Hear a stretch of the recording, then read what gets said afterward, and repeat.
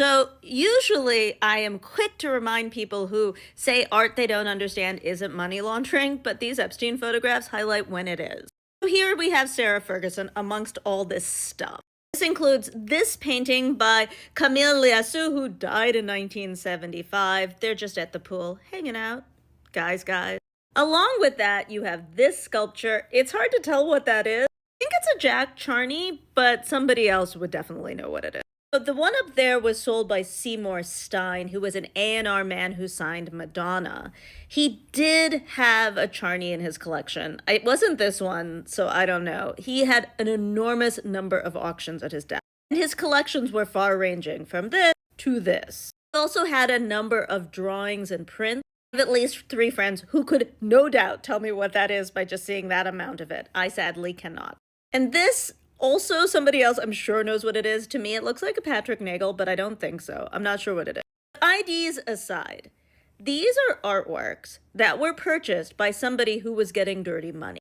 That is the definition of money laundering. Certainly, they probably are buying these works partly because they were provocative. A lot of them have nudes or nude figures. And I should say this work is by Beatrix Ost. And maybe they like them. Who knows? But this is the definition of money laundering. Money laundering is when you take dirty money and you make it clean by making a purchase. These are people who are doing nefarious things for that.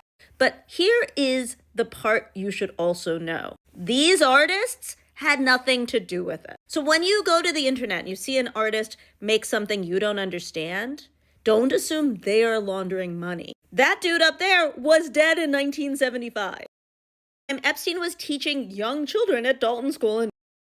Now, I will also say that much of the money laundering has decreased in the art world because there are more and more laws. Now they're money laundering more often with real estate, which Epstein also did. But what's the big takeaway here? The artists aren't the villain. We all know who the villains are. Even if they try to scrub their names from the files, we still know.